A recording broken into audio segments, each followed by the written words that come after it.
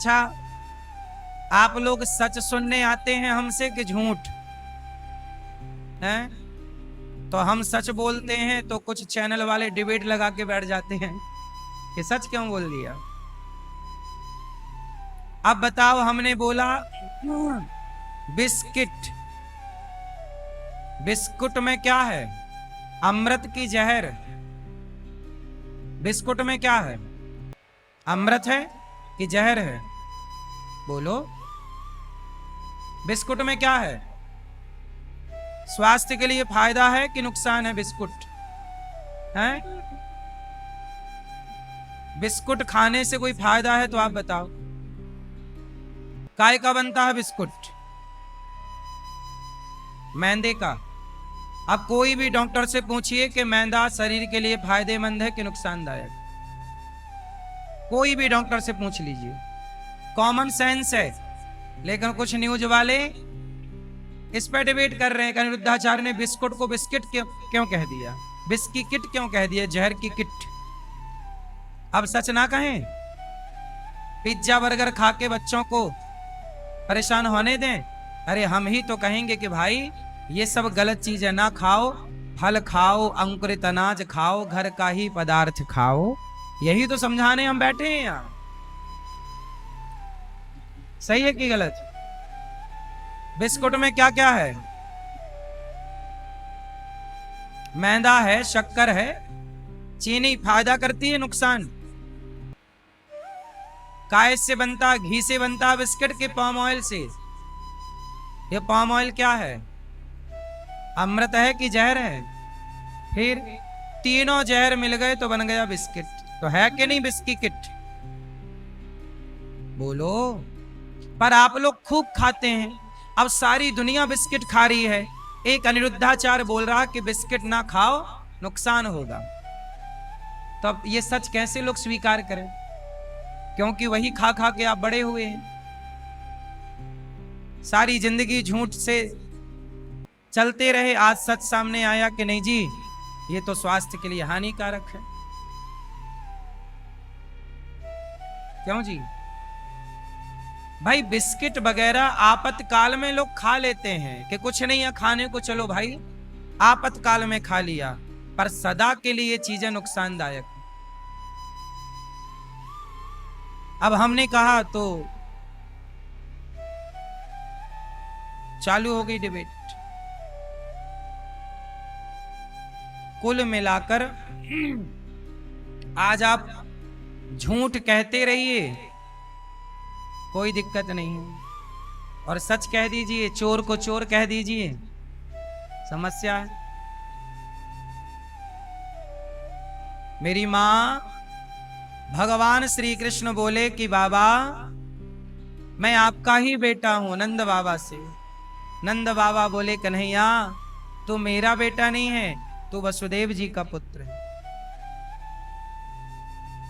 तो किसका पुत्र है? वसुदेव जी का। वसुदेव जी का बेटा है। कन्हैया बोले ना बाबा मैं आपको ही बेटा हूं। अब नंद बाबा वसुदेव जी से बोले कि वसुदेव जी आपने बड़ी कृपा की कि कृष्ण जैसा बेटा 10.5 वर्ष के लिए ही सही है हमारे पास रहा, कम से कम इतने दिनों के लिए आपने हम पर कृपा की और जगत के पालनहार को आपने हमें सौंप दिया। भगवान कृष्ण मिल गए, भगवान को गले लगाकर नंद बाबा बार बार कन्हैया के गालों को चूम रहे हैं और विदा ले रहे हैं। नंद बाबा सौंप दिया वसुदेव जी के बेटे को, देवकी के बेटे को सौंप दिया, ये रहा आपका बेटा। वसुदेव जी ने कहा नंद बाबा आपने बड़ी कृपा की कि आपने हमारे पुत्र को शरण दी और योग्य बनाया। अब नंद बाबा चले गए। जब गए तो यशोदा माता इंतजार कर रही थी, अब आ रहा होगा कन्हैया, अब आ रहा होगा, अब आ रहे होंगे। अब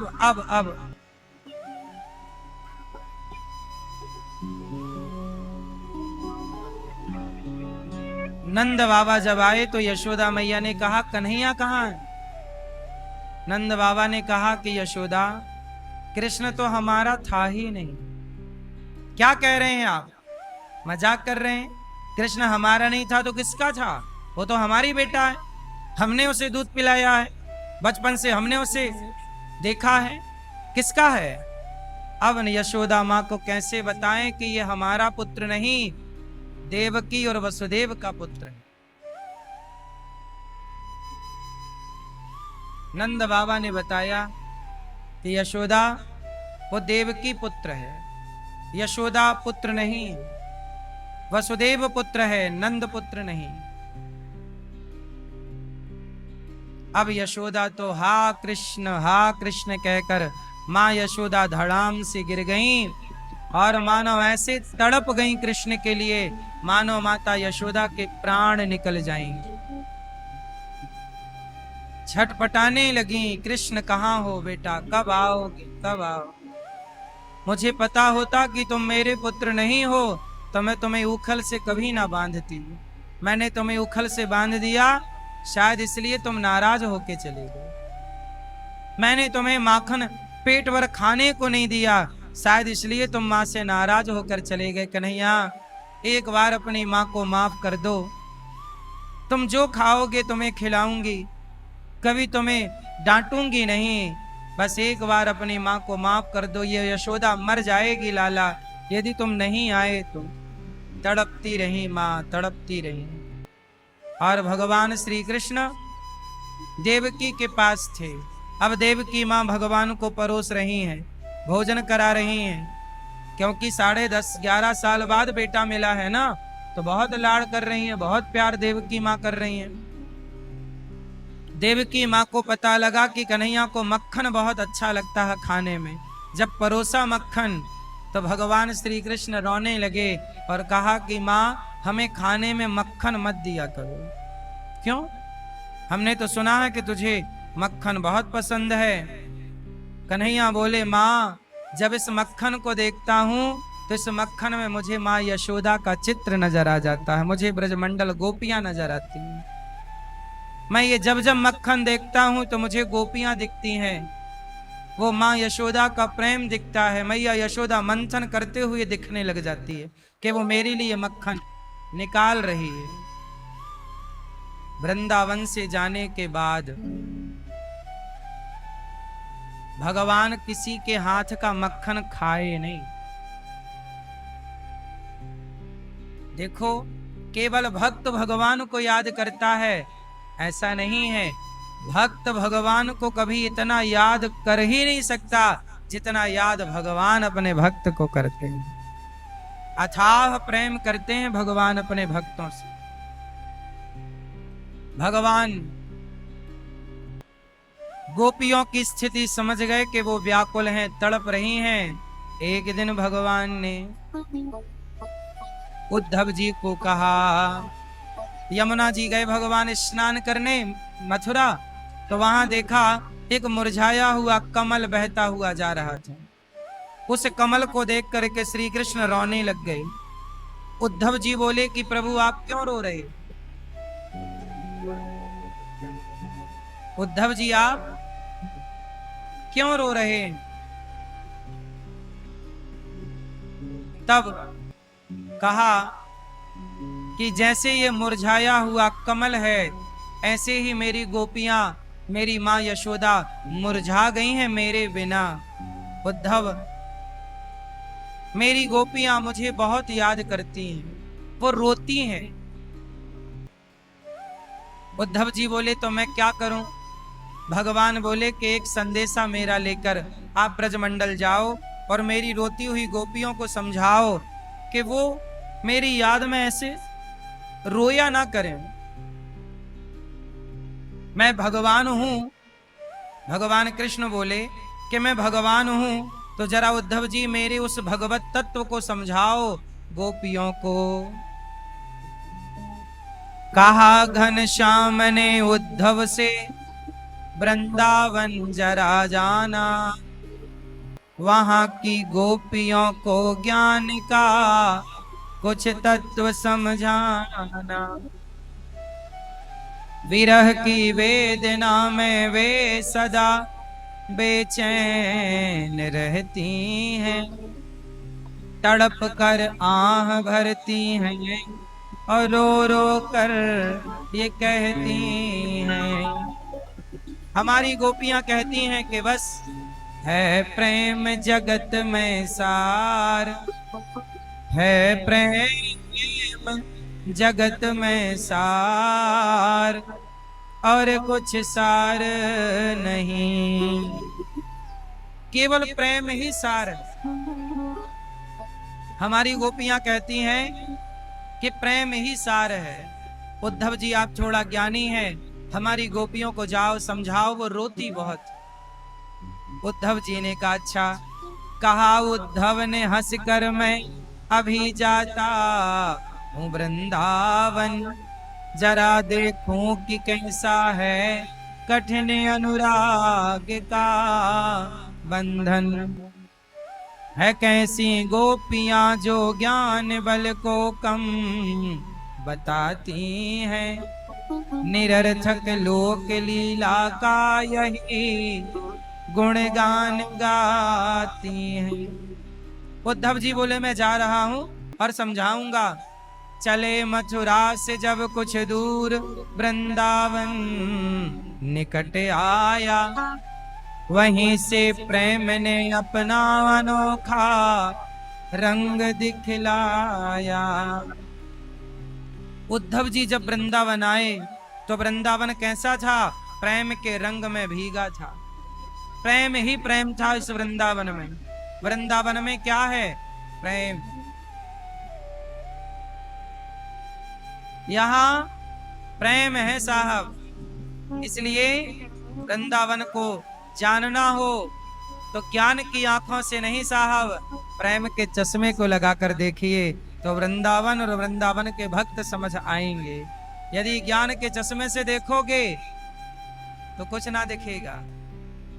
इसलिए वृंदावन को कौन से चश्मे से देखा जाए? इसलिए वृंदावन के बंदर आपके चश्मा उतार लेते हैं। मानो वृंदावन के बंदर कहते हैं कि अब यहाँ आ गए हो तो ये चश्मा उतारो और प्रेम के चश्मे को लगाओ और फिर वृंदावन को देखो।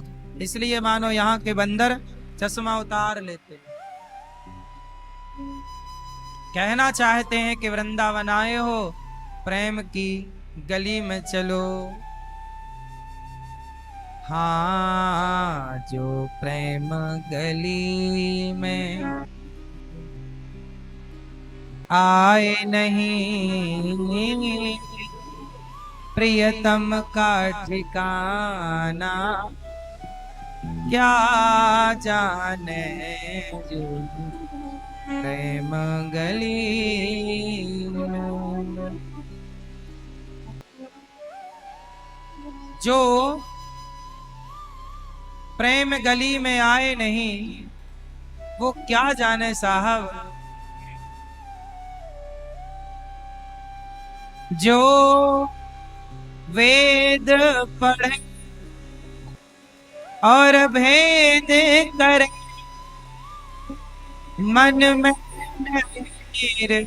निर्मलता आए, कोई कितना भी चाहे ज्ञान कहे, भगवान को पाना क्या जाने, जो प्रेम गली में। ये दुनिया गोरख धंधा है, सब जग माया में अंधा है। जिस अंधे ने प्रभु को, जिस अंधे ने प्रभु को देखा ही नहीं, वो रूप बताना क्या जाने, जो प्रेम गली में। तो जो प्रेम गली में आए नहीं, प्रेम किया ही नहीं, वो क्या जाने कि प्रेम क्या होता है। प्रेम किसने किया? गोपियों ने किया, भरत जी ने किया। जिस दिल में न पैदा दर्द हुआ, वो पीर पराई क्या जाने। जिसने बेटी को जन्म दिया ही नहीं, जिस पिता ने बेटी को, जिस माँ ने बेटी को जन्म दिया ही नहीं, वो बेटी की विदाई क्या जाने। जो प्रेम गली में,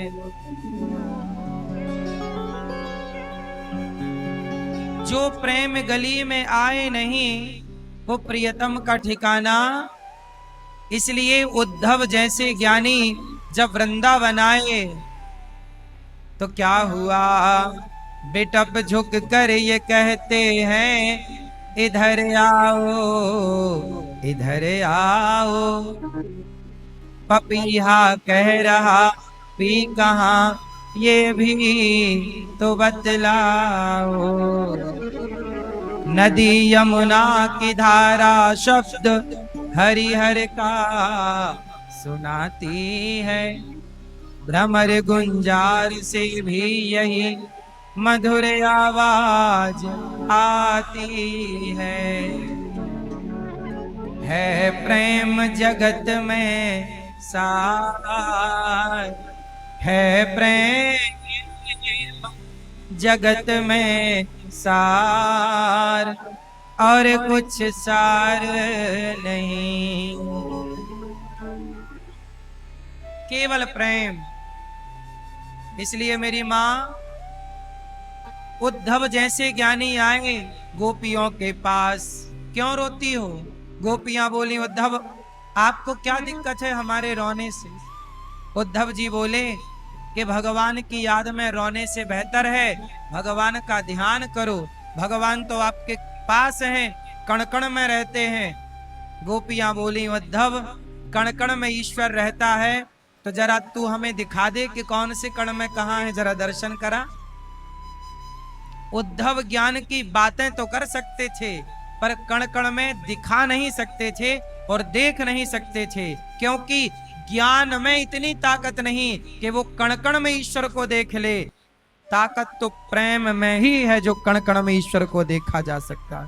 इसलिए उद्धव केवल ज्ञान की बातें कर रहे थे कि तुम रोती क्यों हो, वो तो कण कण में है। तो गोपियां बोली, तो दिखा दो, तुम कहते हो कि कण कण में है तो दिखाओ। उद्धव जी ना दिखा पाए, केवल बातें कर पाए। ज्ञानी के पास केवल ज्ञान की बातें हैं, लेकिन प्रेमी के पास केवल बातें नहीं। गोपियां बोली, उद्धव तुम कहो तो हम तुम्हें दिखाएं, दिखाओ। उद्धव जैसे ज्ञानी कण कण में कृष्ण की बातें कर तो ली पर कण कण में दर्शन ना कराया। पर जब गोपियों ने कहा कि हम आपको कण कण में दर्शन कराते हैं, तो गोपियों के प्रेम के बल पर कण कण से परमात्मा, वो प्रहलाद जैसे भक्त के बल पर खंबे से भगवान प्रकट हो गए।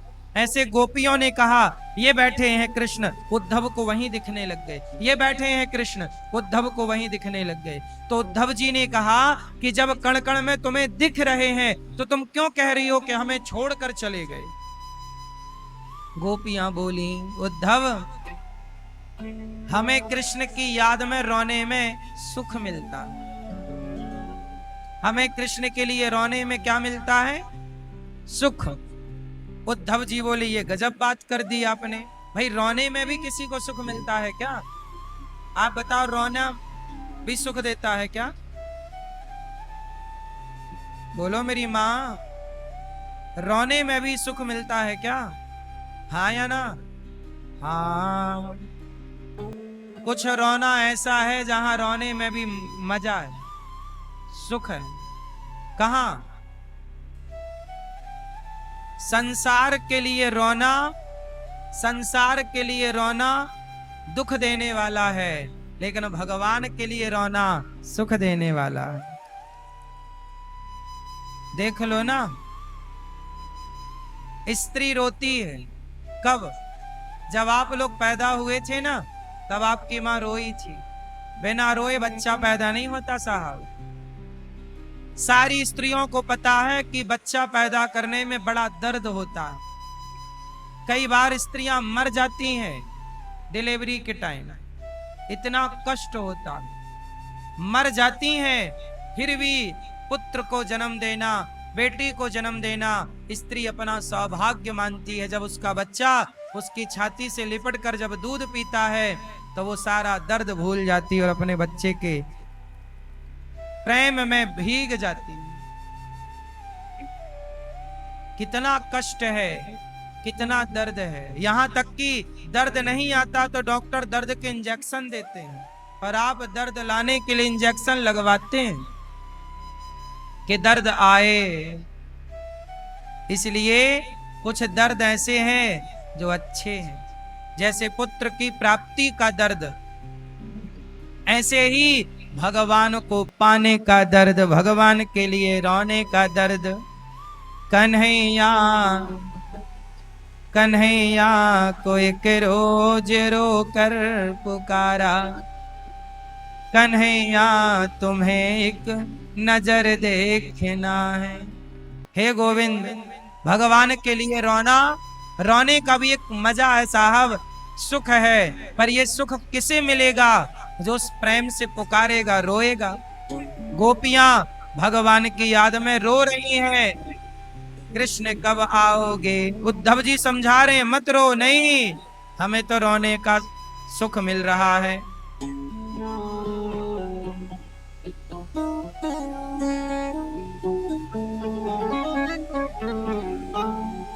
तड़प रही हैं गोपियां, कब आओगे कृष्ण? उद्धव जी बिल्कुल निरुत्तर हो गए। क्या उत्तर दें? प्रेम और ज्ञान आज आपस में लड़ गए। प्रेम और ज्ञान की लड़ाई हुई तो जीता कौन? बोलो, प्रेम और ज्ञान की लड़ाई हुई तो जीता कौन? कौन जीता? हाँ, ज्ञान की और प्रेम की जब जब लड़ाई होगी तो प्रेम ही जीतेगा, क्योंकि प्रेम प्रेम ज्ञान सबको हो सकता है, पढ़ लो लिख लो ज्ञानी हो जाओ, पर प्रेम जब लाखों ज्ञानी होंगे तब उन लाखों ज्ञानियों में किसी एक ज्ञानी के भीतर प्रेम जागेगा। इसलिए लाखों ज्ञानियों से श्रेष्ठ एक प्रेमी है। इसलिए शबरी का प्रेम था तो राम आ गए। ज्ञानी तो रावण भी था, रावण जैसे ज्ञानी, लंका जल गई ज्ञानियों की, लेकिन धन्य है प्रेमी विभीषण, मिल गए भगवान। शबरी प्रेमी है मेरी मां। प्रेम करना सीखिए, भगवान से अत्यधिक प्रेम करिए, और वो प्रेम ऐसा हो कि वो केवल आप जाने और भगवान जाने। मेरे मन की बातें या मैं जानूं या वो जाने।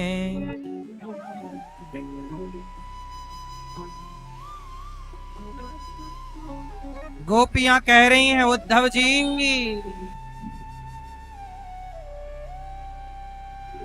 गोपियां केवल प्रेम जानती हैं, आप लोग क्या जानते हो? आप भगवान की पूजा करते हैं कि प्रेम करते हैं? आप लोग क्या करते हैं ज्यादा? अच्छा, जप करते हैं आप लोग, जाप करते हैं, लेकिन सबसे श्रेष्ठ क्या है? जप श्रेष्ठ है कि तप श्रेष्ठ है कि पूजा श्रेष्ठ है कि प्रेम श्रेष्ठ है? इसका मतलब है कि प्रेम लाओ पहले। प्रेम होगा तो जप भी सार्थक हो जाएगा, तप भी सार्थक हो जाएगा। इसलिए पहले तो भगवान से प्रेम है। अच्छा, आप लोग प्रेम करते हो कि नहीं? हाँ या ना? भगवान से कितने लोग प्रेम करते हैं आप में से? सबने हाथ उठाया तो हम भी उठाए लेते हैं।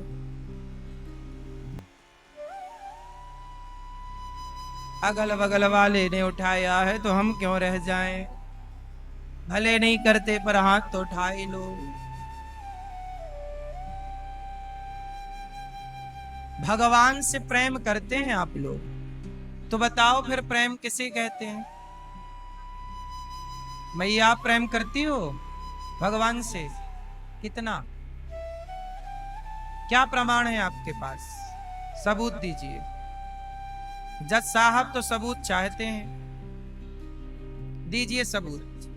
आप भगवान से प्रेम करती हैं, क्या प्रमाण है आपके पास? नहीं? आप बताओ, क्या प्रमाण है आपके पास कि आप भगवान से प्रेम करती हैं? आप जानती हैं वो अच्छा, आप बेटे से ज्यादा प्रेम करती हैं कि भगवान से? झूठ बोलना पाप है, नदी किनारे सांप है। आप किससे प्रेम करती हो? भगवान से प्रेम ज्यादा है कि बेटे से प्रेम ज्यादा है? सच?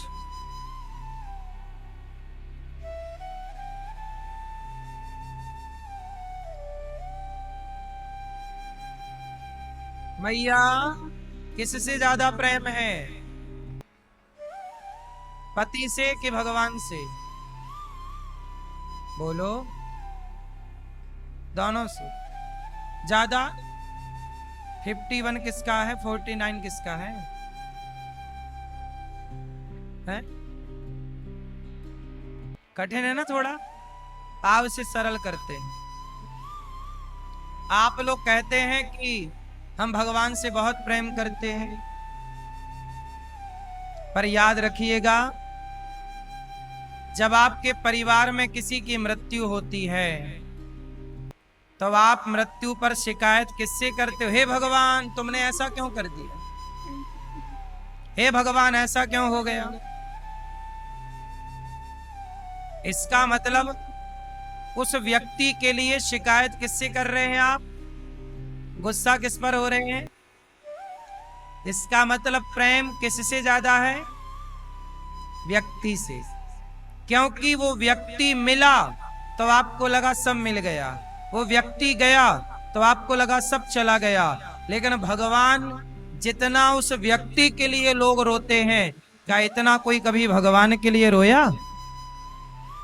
किसी के बेटा नहीं होता ना 4 साल तक शादी के, या 6 साल तक, तो लोग रोते हैं, हे भगवान बेटा कब होगा, हे भगवान बेटा कब होगा। नहीं होता तो लोग रोते हैं, बेटा बेटा बेटा। जितना लोग बेटे के लिए रोते हैं, क्या इतना कोई भगवान के लिए रोता हुआ दिखाई पड़ा? यदि दिख जाए तो वही भक्त है पक्का, वही है। संसार को लोग जरूरी मानते हैं, पर भगवान को लोग जरूरी। संसार के लिए लोग रोते हैं, भगवान के लिए लोग नहीं रोते। बेटा नहीं मिला इस बात का दुख है, पर भगवान नहीं मिले इस बात का कोई दुख नहीं है। 4-6 साल तक बेटा ना हो तो स्त्री पुरुष दोनों दुखी हो जाते हैं कि भाई बेटा नहीं हुआ।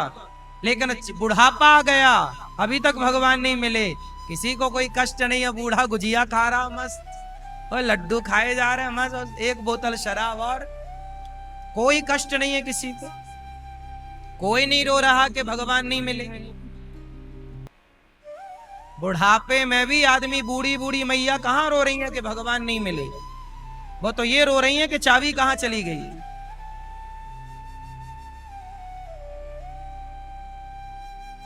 हाँ या ना?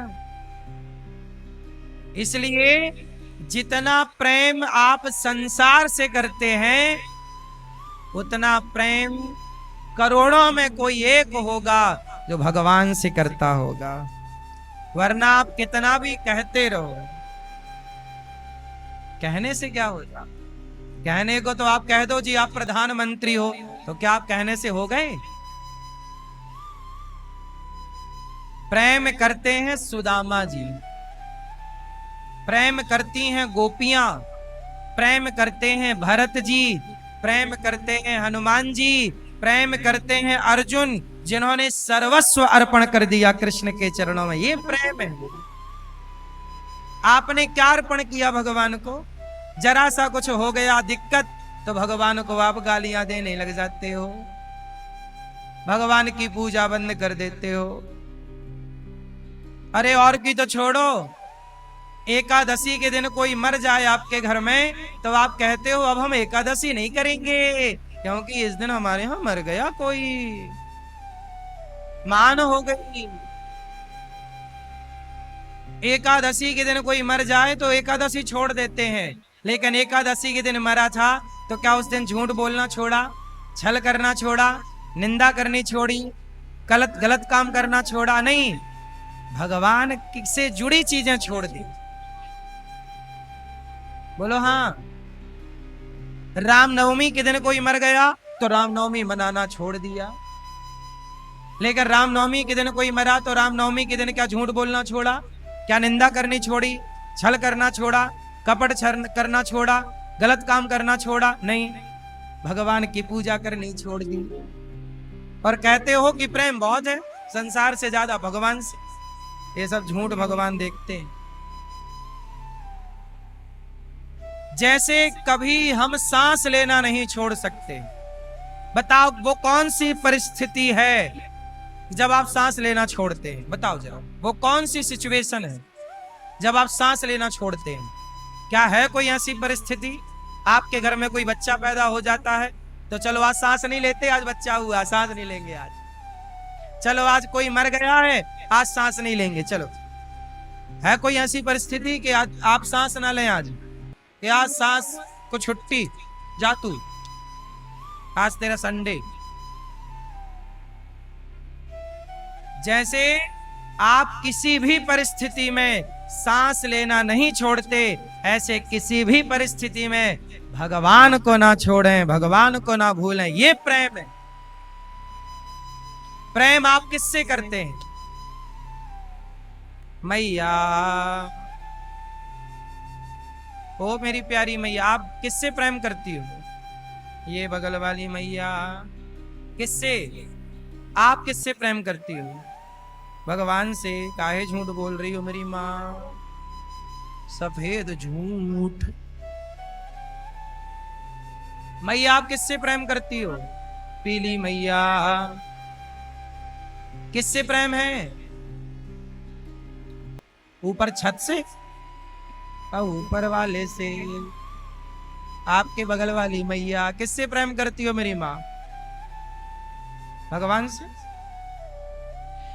अब बूढ़ी बूढ़ी कुछ मैयाएं होती हैं जो भगवान से प्रेम तो करती हैं, भक्ति तो करती हैं, पर भक्ति इसलिए करती हैं कि मेरा बेटा सुखी रहे महाराज। हे भगवान मेरा बेटा सुखी रहे, बेटा सुखी, हे भगवान श्रीमन मेरा बेटा सुखी रहे, मेरा परिवार परिवार तो सुखी रहेगा। मतलब आप भगवान को भजन इसलिए करती हो कि आपके घर में सुख रहे। ये सुख की मतलब आप इच्छाओं के कारण ना भजन कर रहे हैं, सकामना हो गया, डिमांड है आपकी, इच्छाएं हैं आपकी। इसका मतलब यह हुआ कि भगवान सुख देते रहेंगे तो भजन होता रहेगा, और सुख नहीं दिया है भगवान।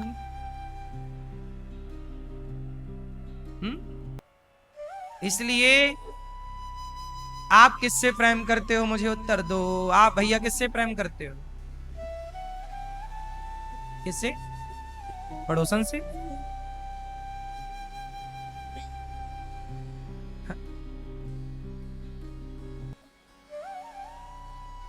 पर ये आपके बगल वाले भैया, आप किससे प्रेम करते हो? हैं? तो तुम तो गाना गा रहे थे, सामने वाली खिड़की में एक चांद का टुकड़ा रहता है। हैं?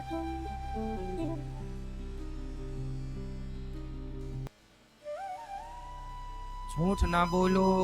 आप किससे प्रेम करते हो? आप किससे प्रेम करते हो? आप लोग प्रेम करेंगे भगवान से मेरी बातें समझने के बाद। यदि समझ गए तो, नहीं समझे तो फिर नहीं होगा।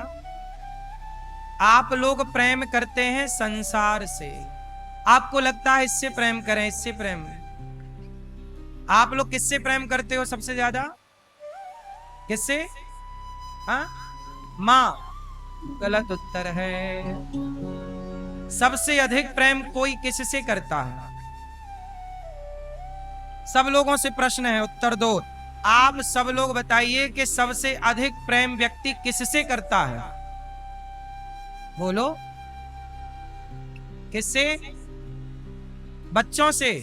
गलत उत्तर है। हाँ, सबसे अधिक प्रेम करता है कोई किसी से तो व्यक्ति स्वयं अपनी सांसों से प्रेम करता है, अपने से करता है, प्राणों से। बोलो हाँ। आपको पानी में डुबा दिया जाए 2 मिनट के लिए, छटपटा जाओगे? किसके लिए? जब पानी में डूबोगे आप 2 मिनट के लिए तो किसके लिए छटपटाओगे? परिवार के लिए, माँ के लिए, फैक्ट्री के लिए, पैसे के लिए? किसके लिए? एक सांस के लिए। एक सांस मिल जाए।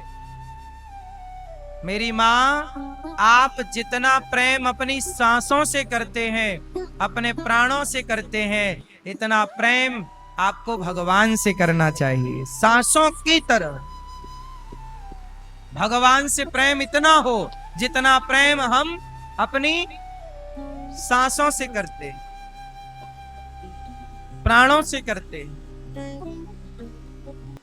इसलिए बाकी कोई कितना भी कहे कि हम इनसे प्रेम करते, संसार में कोई किसी से प्रेम नहीं करता। क्यों जी? करता है। पति और पत्नी प्रेम करते हैं कि नहीं? बोलो हाँ। अच्छा बताओ, पति और पत्नी के बीच में प्रेम होता है कि स्वार्थ होता है? उत्तर दो मेरी माँ। क्या ज्यादा है? प्रेम है। यदि प्रेम होता तो पति पत्नी का रिश्ता क्यों टूटता? प्रेम होता तो पति के जाने के बाद स्त्री दूसरा ब्याह क्यों करती, या पुरुष दूसरा ब्याह क्यों करता? इसका मतलब प्रेम नहीं था, वो केवल एक दूसरे से अटैचमेंट और स्वार्थ, कि तुम हमारा स्वार्थ पूरा करो, हम तुम्हारा स्वार्थ पूरा करेंगे। तुम हमारा ख्याल रखना, हम तुम्हारा ख्याल रखेंगे। तुम हमारी जरूरतें पूरी करना, हम तुम्हारी जरूरतें पूरी करेंगे। क्योंकि ये संसार में चलने के लिए ना सहारा चाहिए। पत्नी को पति का, स्त्री को पुरुष का सहारा, पुरुष को स्त्री। तो ये दोनों ने समझौता कर लिया कि चलो हम पति पत्नी के रिश्ते में रहेंगे और तुम हमारा, हम तुम्हारा साथ देंगे 7 जन्म तक। ये कॉन्सेप्ट हो गया। वरना है इस रिश्ते के पीछे स्वार्थ। बोलो हाँ। बहुत सूक्ष्म दृष्टि से नजर आएगा, माइक्रोस्कोप से देखोगे तब कुछ दिखेगा, ऐसे नहीं दिखता। ऐसे तो लगता है प्यार ही प्यार है। अच्छा है, वैसे प्यार होना भी चाहिए, रिश्ते प्यार से चलते हैं और होना भी चाहिए, इसमें कोई आपत्ति नहीं है, कोई बुराई नहीं है। लेकिन हम बारीकी से समझा रहे हैं कि रिश्तों में स्वार्थ होता है। इसलिए तुलसीदास जी कहते हैं, स्वार्थ लाग करें सब प्रीति, सुर नर मुनि जन की यह रीति। क्या है सबके बीच में साहब? स्वार्थ है। अब बताओ, संसार में कौन किससे प्रेम करता है? सारी दुनिया। यदि कोई आपसे राम राम करता है ना तो उसका स्वार्थ होता है। यदि आपके पास कुछ नहीं है तो लोग आपसे राम राम भी नहीं करते, और कुछ होता है तो लोग आपके राम राम भी करते हैं और पास में बैठना भी चाहते हैं। बोलो हाँ कि ना? अच्छा, माँ बेटे में भी स्वार्थ होता है कि नहीं? बोलो हाँ कि ना। दो बेटे हैं किसी माँ के या तीन बेटे हैं, तो जो बेटा ज्यादा कमाएगा ना, माँ बाप उसकी तरफ ज्यादा रहेंगे। जो कम कमाएगा, देख लेना व्यवहार में, सब देखो बाहर। इसलिए माँ बाप भी पहले ज्यादा बच्चे पैदा करते थे, एक ना कमाए दूसरा जिंदाबाद। तो जो ज्यादा पैसा कमाएगा, माँ बाप उस तरफ थोड़ा झुकाव रखते हैं। ये बात व्यवहार में दिखती है, हाँ या ना? अच्छा, ये बात हम गलत कह रहे हैं तो आप बोल सकते हैं। बहुत कम माँ बाप ऐसे होते हैं जो निस्वार्थ होते हैं, जो बच्चों से समान प्रेम करते हैं, भेद नहीं करते। बाकी बहुत सारे माँ बाप ही होते हैं जो बच्चों में भेदभाव करते हैं, किसी बेटे से ज्यादा प्रेम करेंगे, किसी को कम करेंगे। ये होता है, इसलिए स्वार्थ है, सबका अपना अपना, इसलिए स्वार्थ की दुनिया है साहब। यदि बिना स्वार्थ के आपसे कोई प्यार करता है तो बिना पैसे के आंखें किसी ने दी हैं आपको, तो भगवान ने दी हैं। बिना पैसे के, बिना स्वार्थ के पांव दिया ईश्वर ने दिया। एक निस्वार्थ आपसे भगवान प्रेम करते हैं, कुछ नहीं लेते आपसे, पर सब कुछ देते हैं आपको। चलने को पांव दिया, देखने को आंख, हाथ दिया। लंगड़े होते तो क्या कर लेते, अंधे होते तो क्या कर लेते, किससे शिकायत करते? लेकिन ईश्वर सबसे अधिक प्रेम आपसे कोई करता है तो भगवान जो आपसे सबसे ज्यादा प्रेम करता है, आप उसी परमात्मा को प्रेम नहीं करते। इसलिए मेरी माँ, संसार के साथ अच्छा व्यवहार किया करो, अच्छे से रिश्ते निभाया करो। माँ के साथ बहुत अच्छा व्यवहार करो पुत्र बनकर, पति के साथ बहुत अच्छा व्यवहार करो पत्नी बनकर, पत्नी के साथ बहुत अच्छा व्यवहार करो पति बनकर, पिता बनकर पुत्र के साथ, पुत्र बनकर के पिता के साथ, दोस्त बनकर दोस्त के साथ अच्छा व्यवहार करो। लेकिन प्रेम केवल भगवान से करो। संसार को व्यवहार से मतलब है, आप भगवान से केवल प्रेम करिए। राम ही केवल प्रेम प्यारा, जान ले ये जो जान निहारा। भरत जी अयोध्या का राज सिंहासन छोड़कर गए और राम जी के चरणों में चित्रकूट में जाकर खड़े खड़े गिर गए। राम, मेरी माँ ने आपको वनवास भेज दिया, प्रभु क्षमा कर दीजिए। प्रेम किसे कहते हैं? जहां स्वार्थ जीरो हो। प्रेम कब हो सकता है साहब, ये बताओ?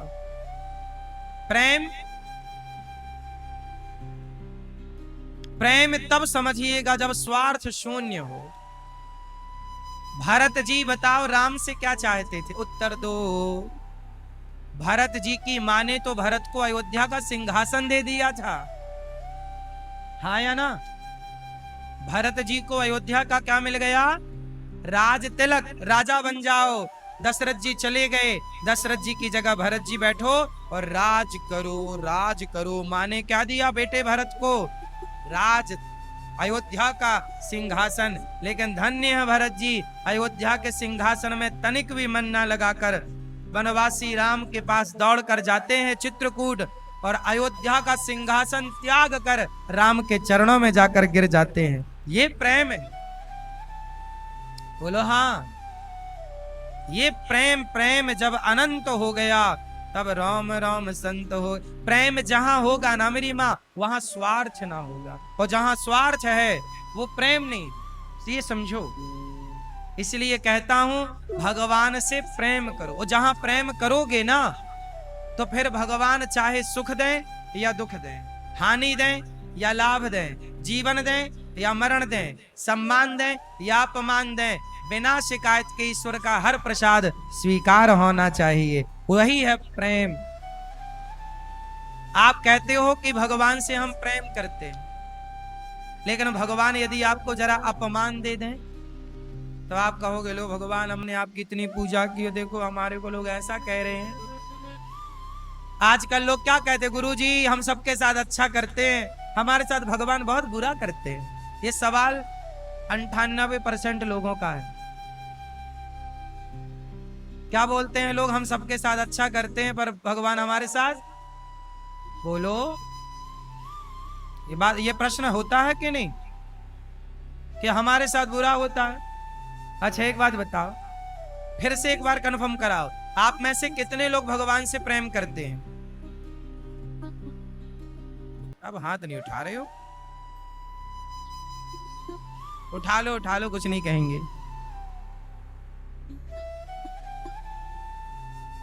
ठीक है, भगवान से प्रेम करते हो ना मेरी माँ, तो प्रेम की परिभाषा क्या है? यही तो है कि जाही विधि राखें राम ताही विधि रहिए। भगवान सुख दें तो सुख में रहो, दुख दें तो दुख में रहो, अमीरी दें तो अमीरी में रहो, गरीबी दें तो गरीबी में रहो, सब में रहो, पर यही मानो कि यह भगवान का दिया प्रसाद है। चाहे वो अमीरी का प्रसाद हो या गरीबी का, चाहे वो सम्मान का प्रसाद हो चाहे वो अपमान का, वो प्रसाद किसका है? अच्छा, सुदामा जी गरीब थे, क्या कृष्ण से शिकायत थी? बोलो, नहीं थी ना। क्यों नहीं शिकायत थी? क्योंकि सुदामा प्रेम करते। जहां प्रेम होगा वहां शिकायतें नहीं होंगी, वहां समर्पण होगा। वहां क्या होगा? बोलो, समर्पण।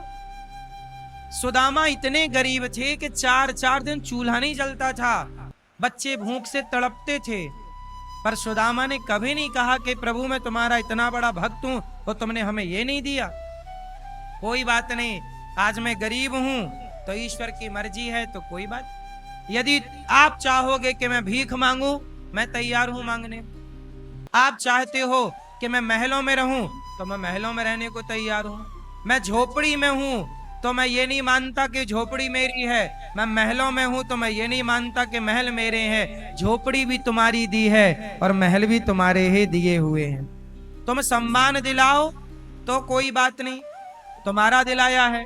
अपमान दिलाओ तो कोई बात नहीं, तुम्हारा दिलाए। ना सम्मान की चाह थी ना अपमान की चाह। अब जो आप दिलाना चाहो, दोनों का स्वागत। हमारे को ये नहीं कि हमारा सम्मान हो, नहीं जी। यदि ईश्वर अपमान दिलाना चाह रहे हैं तो दिला, तो भगवान की मर्जी के बिना कुछ होगा क्या? इनकी मर्जी के बिना पत्ता नहीं हिलता। तो आप हमारे को गाली दोगे तो ये भी तो कहीं ना कहीं ईश्वर ही चाह रहे हैं कि इस प्रकार का कार्य हो। इसलिए ये दास अनिरुद्ध कभी किसी से शिकायत नहीं करता। भगवान जो देते हैं हम उस हाल में प्रसन्न रहते हैं। तेरे फूलों से भी प्यार, तेरे कांटों से। यही है प्रेम। जहां प्रेम होगा वहां सब कुछ स्वीकार होगा। हम बचपन में भीख मांगा करते थे गांव में। कल हमारी एक मौसी आई थी गांव की, और वो मौसी आई जिनके घर पर हम जाके भीख मांगा करते थे कभी। आज वो मौसी आई और उन्होंने मुझे आशीर्वाद दिया। तो आज भी हमारे गांव में वो घर हैं, वो लोग हैं जो हमें भिक्षा दिया करते थे। आज भी वो लोग हैं, वो घर हैं जस के तस। तो हम भीख मांगते थे और भीख मांगने से जो मिलता वही हमारी माँ बना के खिलाती। तब भी हमें भगवान से शिकायत नहीं थी, तब भी हम लोग खुश थे। ये थोड़ी कि आज ये दिन है तो ऐसी थे, नहीं साहब। जब भीख मांगते थे ना, वो दिन भी हमने देखे हैं। तब भी ईश्वर पर विश्वास था, तब भी इनके लिए भीख मांग के जो आता था भोग लगा के खाते थे। तो भीख का इनको ही भोग लगाते थे। जो आपको खाना हो वो भीख में दिलवा दिया करो, तो ये दिलवाते रहते थे। आज भी हम आप लोगों से भीख मांगकर, भिक्षा मांगकर सेवा करते हैं। तो हमें तो तब भी भगवान की कृपा का अनुभव होता था, आज भी भगवान की कृपा का अनुभव हो रहा है। इसलिए हर हाल में कृपा है, हर परिस्थिति ईश्वर की कृपा है। हर परिस्थिति क्या है? यही है प्रेम। यदि आप हर सिचुएशन को, हर परिस्थिति को ईश्वर की कृपा समझते हैं तो प्रेमी भक्त हैं आप। और यदि आप सोचो कि नहीं जी अच्छा मिलता रहे तब तो कृपा है, और जरा जी उतार चढ़ाव आ गए तो आप बोले नहीं जी अब भगवान की कृपा नहीं। कृपा सदा होती है। ऐसा कौन सा दिन है, ऐसा कौन सा घंटा है, ऐसा कौन सा मिनट है और ऐसा कौन सा सेकंड है जब भगवान आप पर कृपा नहीं करते। आप लोगों को लगता है कि पैसे आ रहे हैं तो कृपा है, पैसे नहीं आ रहे हैं तो आपको लगता है कृपा नहीं है। हर हाल में कृपा ही कृपा, अनुभव यही भक्त का लक्षण। यदि आप भक्ति के रास्ते पर हैं तो आपको यही मानना होगा कि हर हाल में ईश्वर की कृपा है। बोलो हाँ। हम स्वस्थ हैं ये भी कृपा है, और हम बीमार हैं तो ये भी कृपा है। दवाई कराओ, इलाज कराओ, पर फिर भी तुम्हारे शरीर में कोई दर्द है तो उसे ऐसा समझो कि ये मेरे किसी जन्म का पाप है जो दर्द बन के मिल रहा। भीष्म पितामह को बाणों की सैया मिल गई तो वो उनके पिछले जन्म का पाप था। वो उनका पिछले जन्म का क्या था? सांप को फेंका था कांटों के ढेर में तो इन्हें बाणों की सैया पर लेटना पड़ा। तो पाप कहां जाएगा साहब? हमने आपके गाल में एक थप्पड़ मारा जोर का तो आपको दर्द हुआ ना, वो दर्द हमें भी कभी ना कभी होगा हमारे शरीर पर। हमने आपको रुलाया है ना तो हम भी रोएंगे कभी, क्योंकि कहीं ना जाएगा। जो किया है वापस आना। तुमने किसी को मूर्ख कहा, तुम्हें भी मूर्ख कहा जाएगा। तुमने किसी को गधा कहा, तुम्हें भी कोई गधा कहेगा। देख लेना, बिल्कुल वही शब्द तुम्हारे लिए प्रयोग होंगे जो तुमने दूसरों के लिए किए। तुम किसी का बिगाड़ो, तुम्हारा ना बिगड़े तो कह देना, और तुम किसी का सुधारो, तुम्हारा ना सुधर जाए तो कह देना। तुम किसी की थाली की रोटी छीन लो, तुम्हारी ना छिन जाए तो कह देना, और तुम किसी की थाली में रोटी दे दो, तुम्हारी थाली पे ना जाए तो कह देना। साहब, आपको क्या लगता है जिस परमात्मा ने इतना प्रपंच संसार बनाया है, क्या वो हिसाब ना रख रहा होगा तुम्हारे हर सेकंड का? इसलिए साहब, अपने बुरे कर्म करने से डरो, क्योंकि ये कर्म जो तुम कर रहे हो ये तुम्हें वापस मिलना है और कहीं ना जाए। हमारा कर्म हमारा कभी पीछा नहीं छोड़ता। गोपियां भगवान के इस प्रेम में ऐसी भीग गईं कि उद्धव जैसे ज्ञानी भी गोपियों के प्रेम के आगे नतमस्तक हो गए। प्रेम के उस रज में नाचने लगे। प्रेम रज को, गोपियों के चरणों की रज को उठाकर उद्धव जी माथे से लगाने लग गए। ऐसे उद्धव जी को भगवान ने ब्रजमंडल का दर्शन हृदय में कराया और भगवान द्वारिका गए। भगवान का पहला विवाह मां भगवती रुक्मणी जी से हुआ। दूसरा विवाह भगवान का सत्यभामा,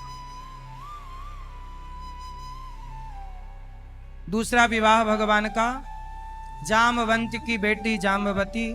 तीसरा विवाह सत्यभामा। चौथा विवाह कालिंदी यमुना जी से। पांचवा उज्जैन में मित्रविंदा से। छठवा विवाह नागनजिति से। सातवां विवाह भद्रा से। आठवां लक्ष्मणा। भामासुर नाम के दैत्य को मारकर भगवान ने 16,100 कन्याओं को मुक्त किया और विवाह हो गए भगवान के 16,108। इतने विवाह भगवान के हुए।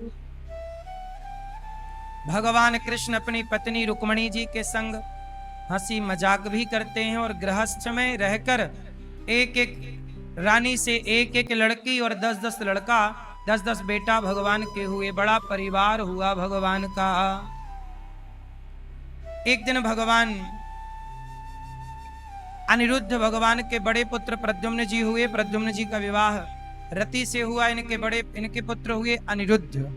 अनिरुद्ध का विवाह हुआ ऊषा के साथ चित्रलेखा की मदद से। बाणासुर पर भगवान ने कृपा की। इसके बाद भगवान ने राजा नृग पर कृपा की। नृगो नाम नरेंद्रोहा। इक्ष्वाकु वंश के एक राजा हुए हैं राजा नृग। राजा नृग ने गौदान किया। कौन सा दान? गौदान किया। पर गौदान करने के कारण ही राजा नृग को भगवान की प्राप्ति हुई, वरना गलती होने से इन्हें राजा से गिरगिट बनना पड़ा। बड़े बड़े राजाओं को भी गिरगिट बनना पड़ा। इसलिए भैया किसी बात का घमंड ना करिएगा। बड़े बड़े राजाओं का हमने पतन देखा है, बड़े बड़े व्यक्ति को भी हमने मुंह की खाती देखी है। किसी बात का घमंड ना हो, जो है प्रभु का प्रसाद है। जीवन मिला है, कुछ करने योग्य बनाया है, तो मरने के पहले गौदान जरूर कर लेना। मरने के पहले कुछ काम कर लेना चाहिए सबको, गौदान कर लेना चाहिए सबको।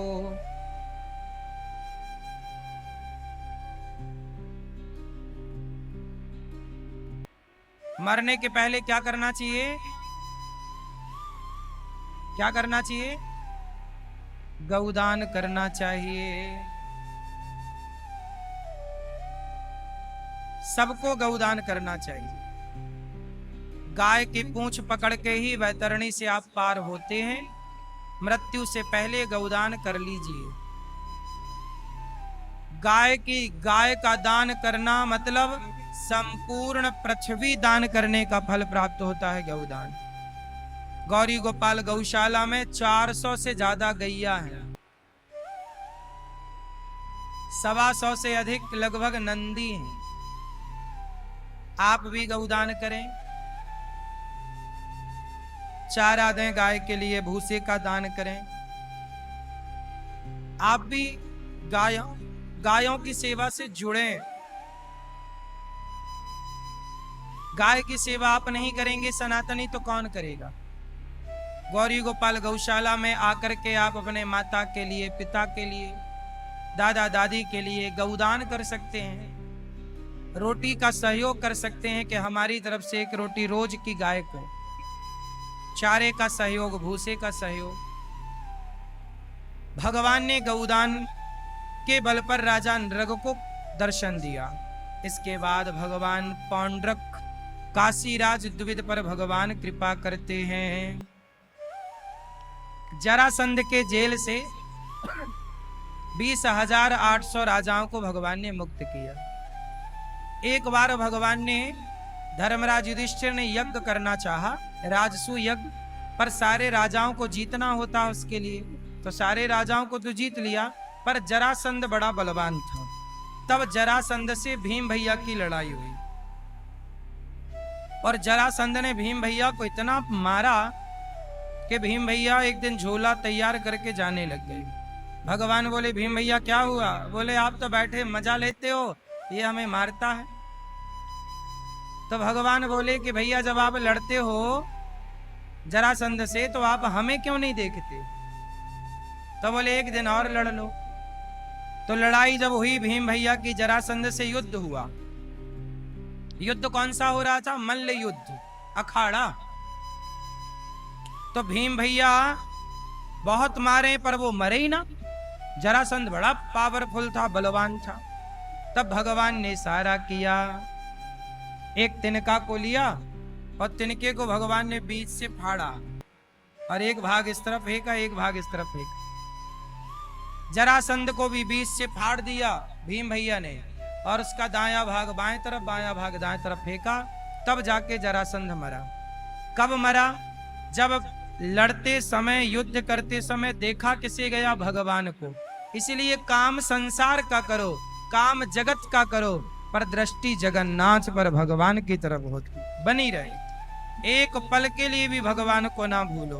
बोलो, हे नाथ, मैं आपको कभी भूलू नहीं। सदा भगवान को याद रखो, सदा भगवान को याद। काम करिए, काम करने को मना ही नहीं है, काम करिए, पैसे कमाइए, पर काम करते समय याद भगवान को बनाए रहो। भूल जाना पाप है। जरासंध को भगवान भीम भैया ने मार दिया। कब मारा? जब दर्शन भगवान का किया। तो दृष्टि ईश्वर पर रखोगे तो हर लड़ाई जीत जाओगे। अर्जुन के आगे कृष्ण बैठे हैं, दर्शन भगवान का हो रहा, लड़ाई जीत गए। आप परेशान व्यर्थ में ही होते हो।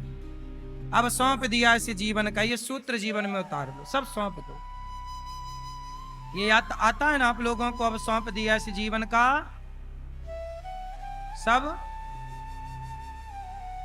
सब भार तुम्हारे हाथों में, सब सौंप दो, फिर निश्चिंत हो जाओ। हाँ,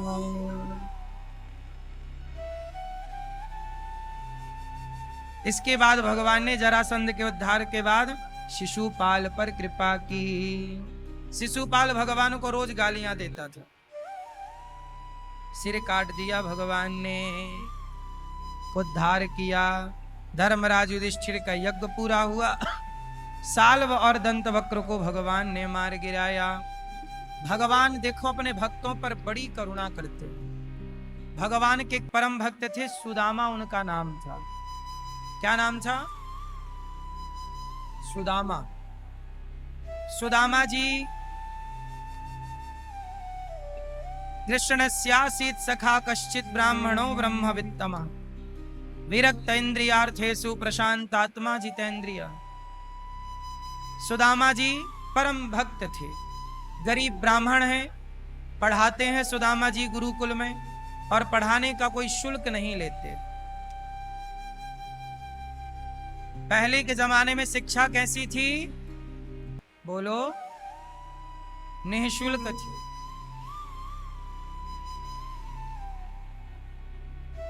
निःशुल्क थी।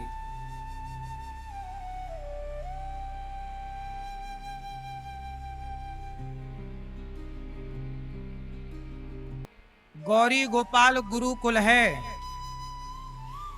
गौरी गोपाल गुरुकुल में 150 बच्चे पढ़ते हैं और सारे बच्चे निःशुल्क पढ़ते हैं। आज भी यहां बच्चे पढ़ते हैं। बताओ, ये राष्ट्र की सेवा है या नहीं? ये समाज की सेवा है या नहीं? बोलो हाँ।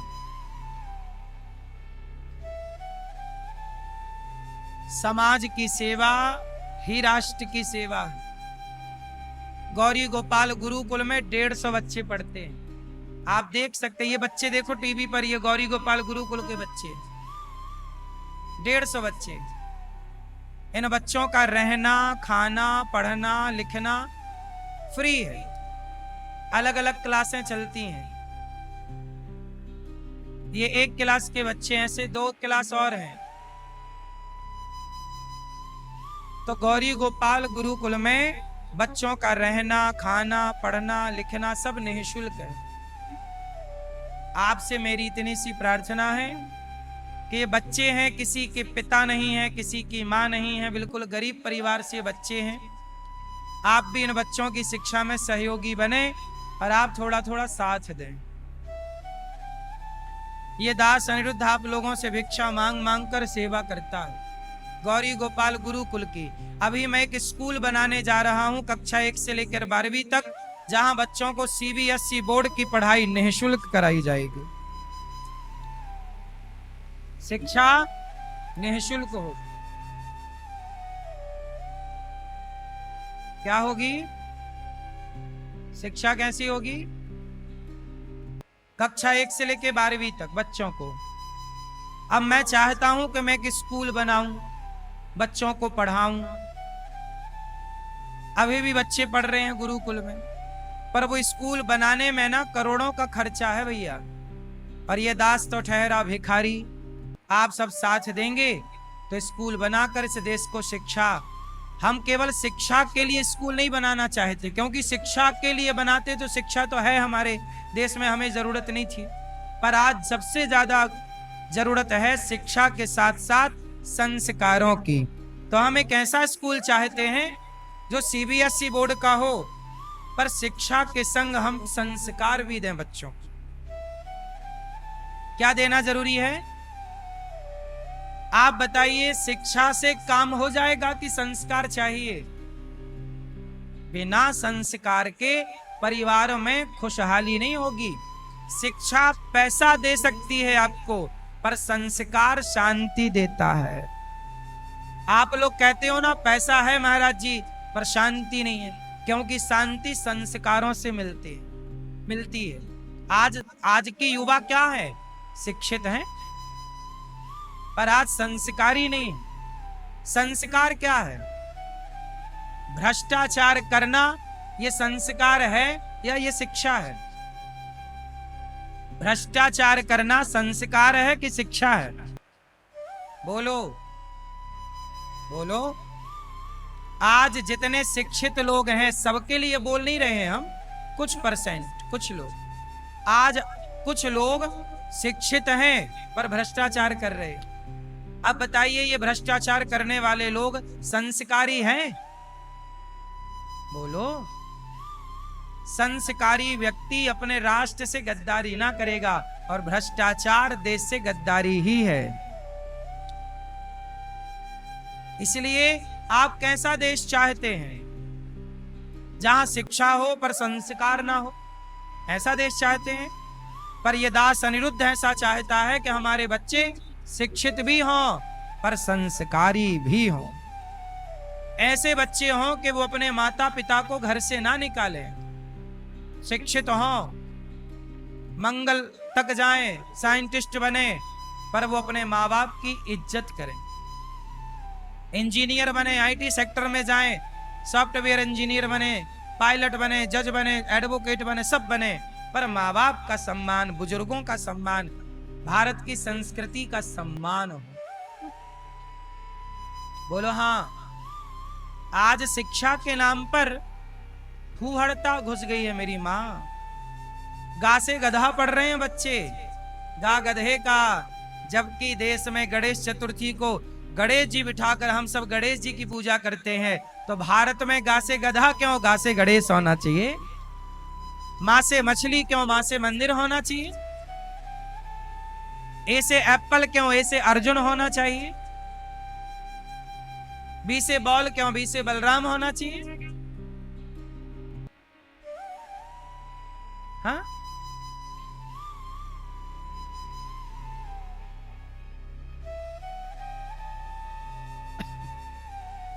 सी से बिल्ली क्यों बने? कैट क्यों हो?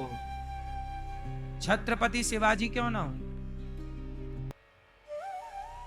बोलो हाँ।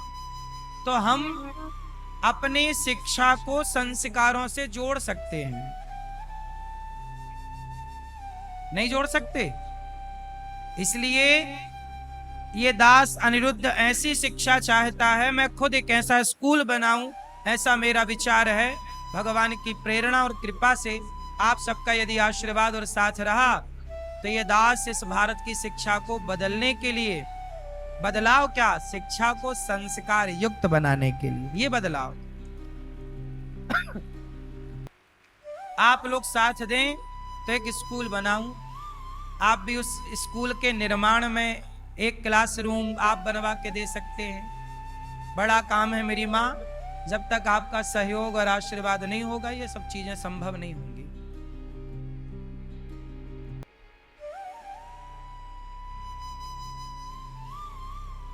अच्छा जीवन तब होता है जब शिक्षा अच्छी होती है। सुदामा जी गरीब हैं, कुचैलम मलिनम क्षामम ध्वजम धमनि संततम। फटे पुराने कपड़े पहनकर सुदामा जी जीवन गुजारते हैं। बच्चों को पढ़ाते हैं निःशुल्क, जो मिल जाए उसी से गुजारा करते हैं। नहीं मिला तो हरी इच्छा। हर हाल में सुदामा प्रसन्न है। सुदामा जैसा जीवन कहां कोई जी पाता है। एक दिन सुशीला माँ ने कहा कि आपके मित्र द्वारिकाधीश हैं, अपने मित्र से कुछ मांगने क्यों नहीं चले जाते? सुदामा जी बोले, मैं अपने मित्र से कुछ मांगने के लिए थोड़ी मित्रता की है, मैं कुछ नहीं मांगूंगा। सुदामा जी पत्नी को मना कर रहे हैं, पर पत्नी 4 मुट्ठी चावल लाती हैं, बांधती हैं और सुदामा जी को देती हैं, चिवड़ा। बोले जाओ अपने मित्र से मिल तो आओ, मांगना मत, दर्शन तो कराओ। सुशीला बोली कि शायद ये जाएंगे, इनकी गरीबी को देखकर मानो भगवान समझ जाएंगे और कुछ खाने को तो देंगे। 2-4 महीने का गुजारा हो जाएगा, इतना दे दें शायद। देखो भाई, जिसके घर में कुछ नहीं है वो तो चाहता है कि 2-4 किलो आटा ही मिल जाए, है ही नहीं ना कुछ, 1-2 किलो चावल ही मिल जाए। तो सुशीला बोली शायद कुछ मिल जाए, जाओ। सुदामा मांगने के उद्देश्य से नहीं, दर्शन के भाव से चले। चलते चलते सुदामा द्वारिका पहुंच गए।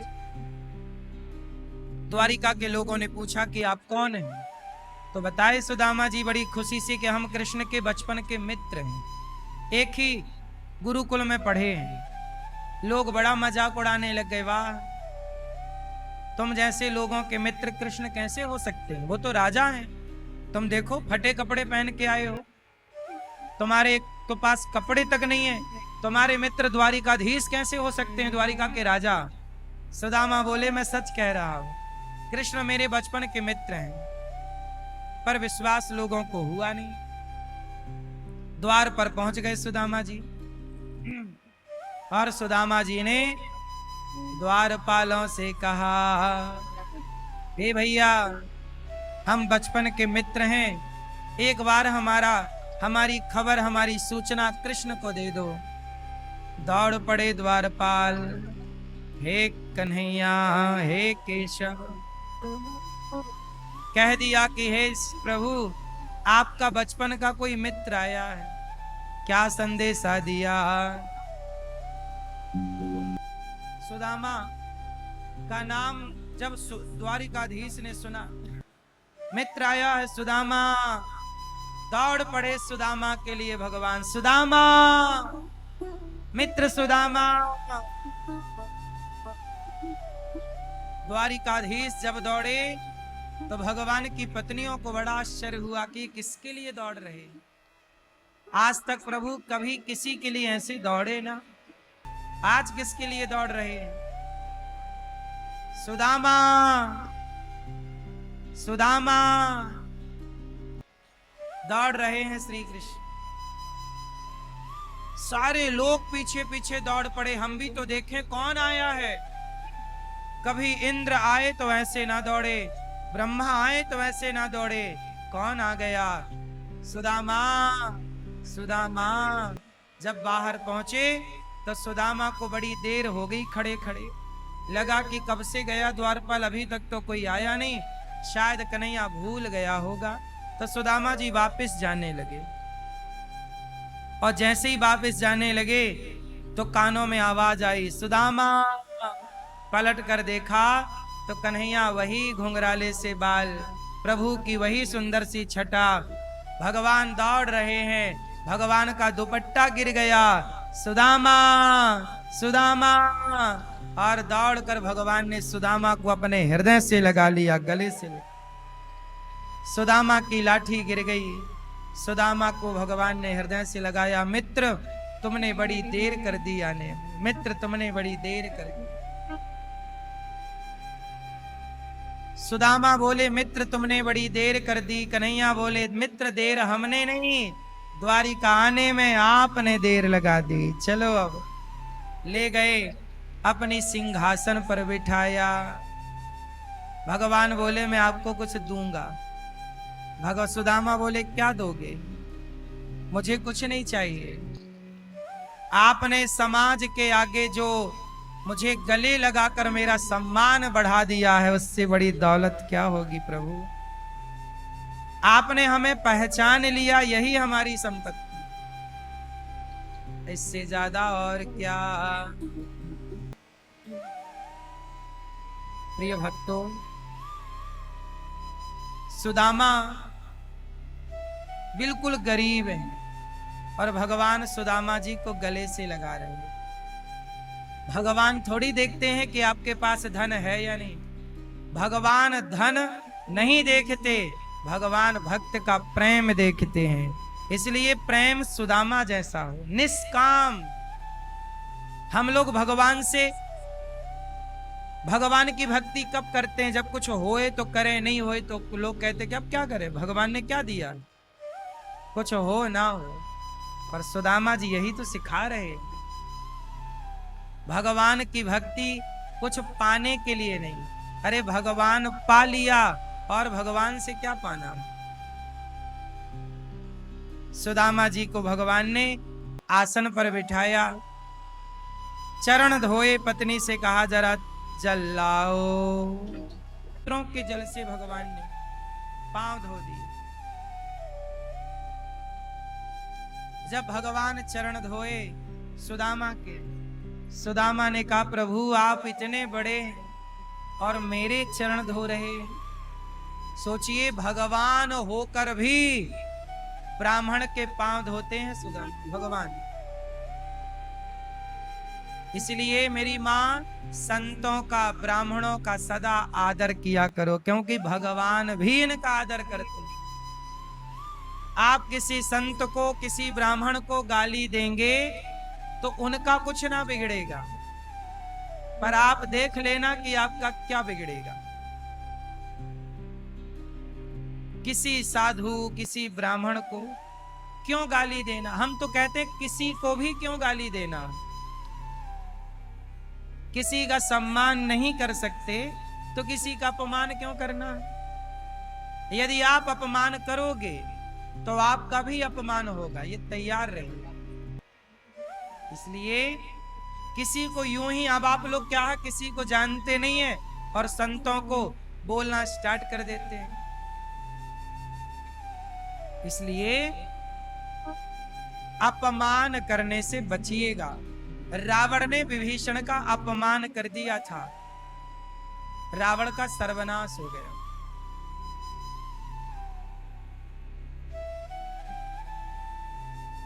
जो व्यक्ति आपका कुछ नहीं बिगाड़ रहा है, आप उसका बिगाड़ेंगे तो फिर ईश्वर आपका ऐसे बिगाड़ेंगे कि फिर बनाए ना बनेगा। इसलिए कभी साधु का, भक्त का, ब्राह्मण का, गरीब का, दीन दुखी का, लाचार बेबस का तिरस्कार ना कि, सताना मत किसी को। वो कहते ना दुर्बल को ना सताइए, जाकी मोटी हाय। हाय समझते हो? छोटा बच्चा पैदा होता उसको हाय चंद्रमा पहनाते हो कि नहीं गले में? हाय चंद्रमा पहनाते हो ना। हाय चंद्रमा में हाय लिखा रहता। हाय, हाय मतलब बद्दुआएं, किसी की बद्दुआ, किसी की नजर ना लगे बच्चे को, हाय ना लगे। हाय मतलब बद्दुआएं। आप किसी को सताओगे तो, इसलिए सुदामा जी ब्राह्मण हैं और ब्राह्मण के चरण धो रहे हैं, जगत के पालनहार। भगवान भी ब्राह्मण का सम्मान करते हैं, तो हम सबको भी ब्राह्मणों का आदर करना चाहिए, इज्जत करनी चाहिए। भगवान सुदामा पर कृपा करते हैं। मुट्ठी भर चावल छिपाने लगे भगवान सुदामा, भगवान ने छीन लिया। बताओ किसने भेजा? ये भाभी ने भेजा होगा जरूर। हाँ हाँ कन्हैया। खोली पोटरी, 4 घर से 4 मुट्ठी चिवड़ा चावल उधार मांग के ले आई थी माता सुशीला। भगवान ने पहली मुट्ठी भरी और ग्रहण कर ली। वाह मित्र, बहुत स्वाद है तुम्हारे चावलों में, बहुत स्वादिष्ट। कच्चे खा रहे हैं, कच्चे। दूसरी मुट्ठी चावल खाने लग गए भगवान, तो रुक्मणी जी ने हाथ पकड़ लिया। रुक्मणी जी ने क्यों हाथ पकड़ लिया? रुक्मणी जी ने कहा प्रभु एक मुट्ठी में आपने सब दे दिया, अब ये बताओ कि दूसरी मुट्ठी खा के दोगे क्या? कुछ है ही नहीं। इसलिए हाथ पकड़ लिया कि सब तो दे डाला, अब क्या दोगे नाथ? सुदामा जी एक मुट्ठी चावल देते हैं भगवान, इतना सा भगवान ग्रहण करते हैं। विश्वकर्मा को बुलाते हैं और विश्वकर्मा से कहते हैं जाओ, मैंने भक्त का चावल ग्रहण कर लिया, भक्त का अन्न खा लिया, जाओ इस अन्न का ऋण चुकाओ, सुदामा को धन धान्य से भर दो, यही है ऋण चुकाना। विश्वकर्मा जी गए, सुदामा जी की पत्नी से कहे कि आपका घर बना के देना है। सुदामा जी की पत्नी ने कहा ना, पहले मेरे गांव के उन लोगों का घर बनाओ जिन लोगों के घर से हमारे यहाँ भिक्षा आया करती थी, जो जो हमें भिक्षा दिया करते थे, जिनके द्वारा अभी तक हमारा गुजारा हुआ, पहले उनकी गरीबी दूर करिए। विश्वकर्मा जी ने सबका घर सोने का और सुदामा का घर राजमहलों की तरह बनाकर सुसज्जित कर दिया। इतना सा लिया गोविंद ने, इतना कुछ दे दिया। सुदामा को पता ही नहीं था कि सुदामा जी को भगवान ने कितना दे दिया।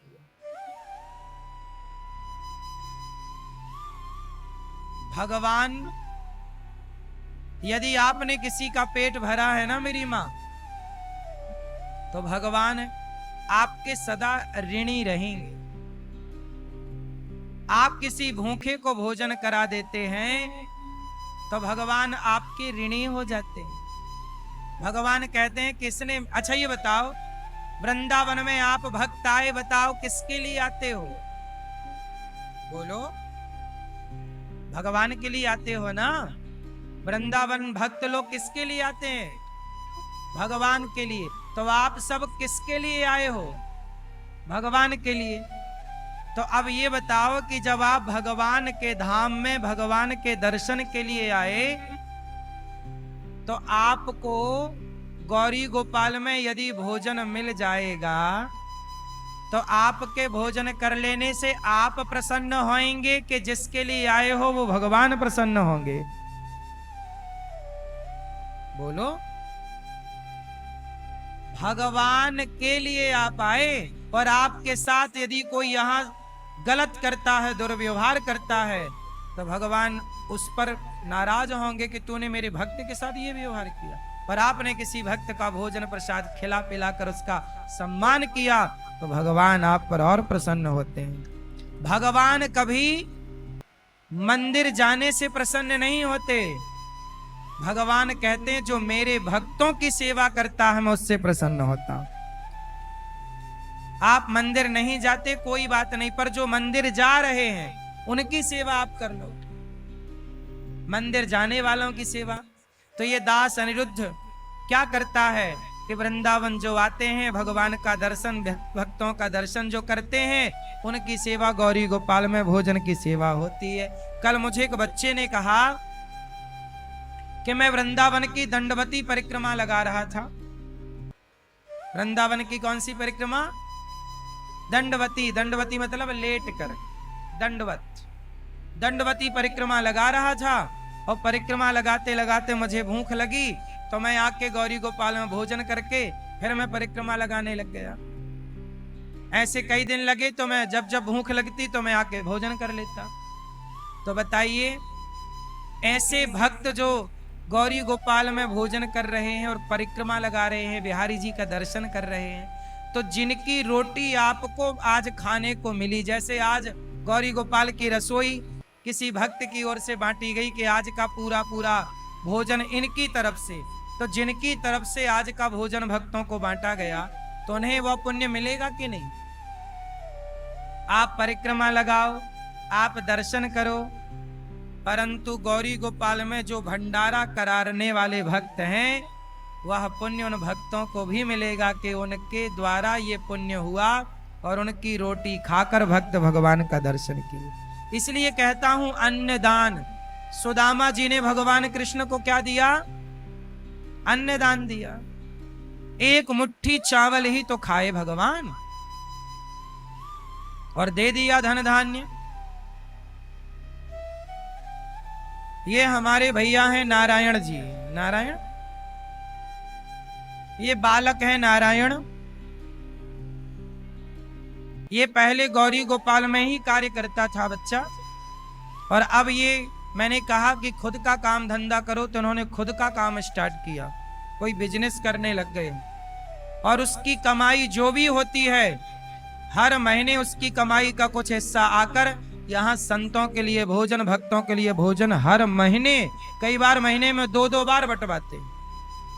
और इन्हें धन धान्य भगवान दे भी रहे हैं। दान करने से, दान करने से धन घटता नहीं है, दान करने से धन, हाँ, इसलिए कहता हूं कमाई का कुछ हिस्सा नियम बनाओ कि संतों को, भक्तों को भोजन के लिए बांटोगे।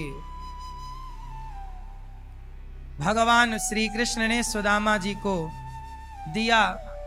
पत्नी ने प्रणाम किया, भगवान की पत्नियों ने आशीर्वाद लिया, सुदामा जी पर कृपा हुई। सुदामा जी जब घर गए तो इनके घर में सोने के महल थे। अब सुदामा पहचान ना पाए। माता सुशीला आ गई हाथ जोड़कर, स्वामी ये भगवान का दिया है। सुदामा जी बोले, सुशीला इतना धन कहां से आया? बोले, प्रभु ने दिया है। सुदामा जी बोले, प्रभु इतना धन दे दिया, घमंड आ जाएगा, पहले आकर वचन दो कि मुझे कभी घमंड नहीं आएगा। घमंड कभी ना आने का वचन दिया भगवान ने। तब जाके सुदामा जी, और भगवान ने सुदामा जी को जवानी भी दी, क्योंकि बुढ़ापे में धन मिले तो किस काम का। तो जवानी भी दी और जवान हो गए सुदामा जी। सुदामा जी की पत्नी सुशीला भी जवान, और जवानी में फिर संसार के सुख का आनंद लेते हुए सुदामा जी ने भजन किया भगवान का। लोग कहते हैं कि भक्ति करो तो भगवान कुछ देते नहीं है।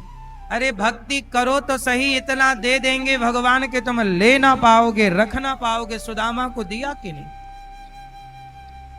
भक्त को कभी धन की कमी होती ही नहीं। होती है?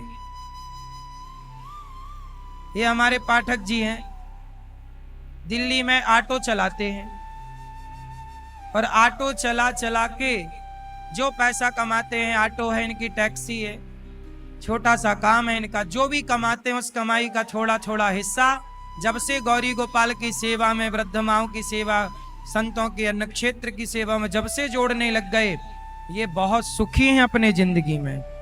जितना है उससे बहुत खुश है। बहुत ज्यादा धन हो पर खुशी ना हो, प्रसन्नता ना हो, तो दौलत का क्या करे आदमी। पर थोड़ा है पर खुशी है, परिवार अच्छा है, संतुष्टि है। और ये तब आता है मेरी माँ जब आप जीवन में धर्म से जुड़ते हो। इसलिए पैसा कमाओ। पहले ये बताओ कि पैसा कमाया क्यों जाता है? भाई साहब बताओ, पैसा क्यों कमाया जाता है?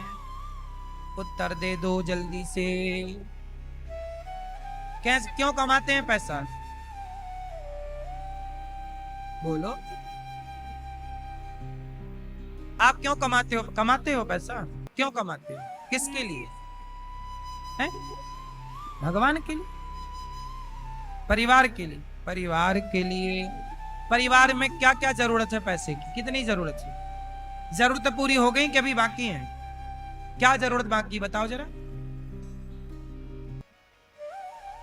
क्या गाड़ी है आपके पास कि नहीं है? तो गाड़ी की जरूरत पूरी हो गई। घर है आपके पास कि नहीं? किराए का है? खुद का है? तो घर की जरूरत पूरी हो गई। और भी घर बनवाना हो, चलो एक दो घर और बनवा लेना। पहनने को कपड़े भी हैं, तो जरूरतें आपकी पूरी तो हो गई। कौन सी जरूरत है मुझे बता? कि 10-20 करोड़ आपके बैंक में पड़ा हो, ये जरूरत है? क्यों भैया? ओ भैया आप बताओ, पैसा क्यों कमाते हैं? आप क्यों कमाते हो? क्या जरूरत है आपकी बताओ? क्या नीड है आपकी?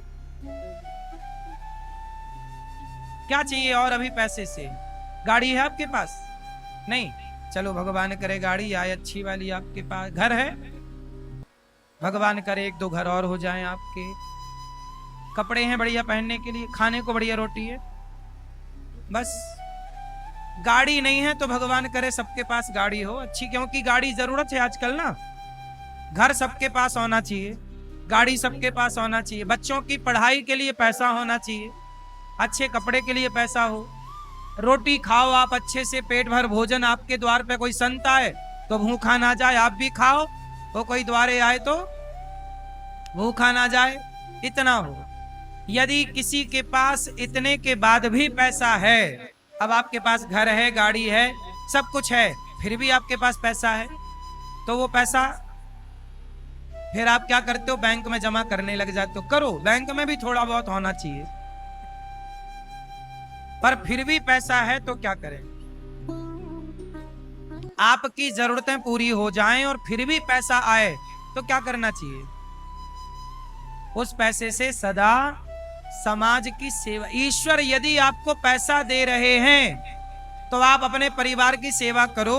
यदि खाने पीने कपड़े लत्ते से बच जाए पैसा, घर मकान बनाने के बाद भी बच जाए पैसा, तो समझ लो कि ईश्वर समाज की सेवा आपसे करवाना चाह रहे हैं, कि वो पैसा आप समाज की सेवा। जैसे ये दास अनिरुद्ध, अब देखिए भगवान हमसे क्या करवाना चाह रहे हैं, वृद्ध माताओं की सेवा करवाते हैं भगवान हमसे। 300 माताएं यहाँ रहती हैं। इन 300 माताओं को समय पर दवाई, समय पर भोजन, समय पर व्यवस्थाएं। आपके घर में एक माता है, आपके घर में 10 लोगों का परिवार है, पर हमारे पास 309 वृद्ध माताएं। इन माताओं को नाश्ता की सोचना है, हमें समय से नाश्ता चाहिए, समय से भोजन चाहिए। तो आप भी माताओं को भोजन का दान कर सकते हैं।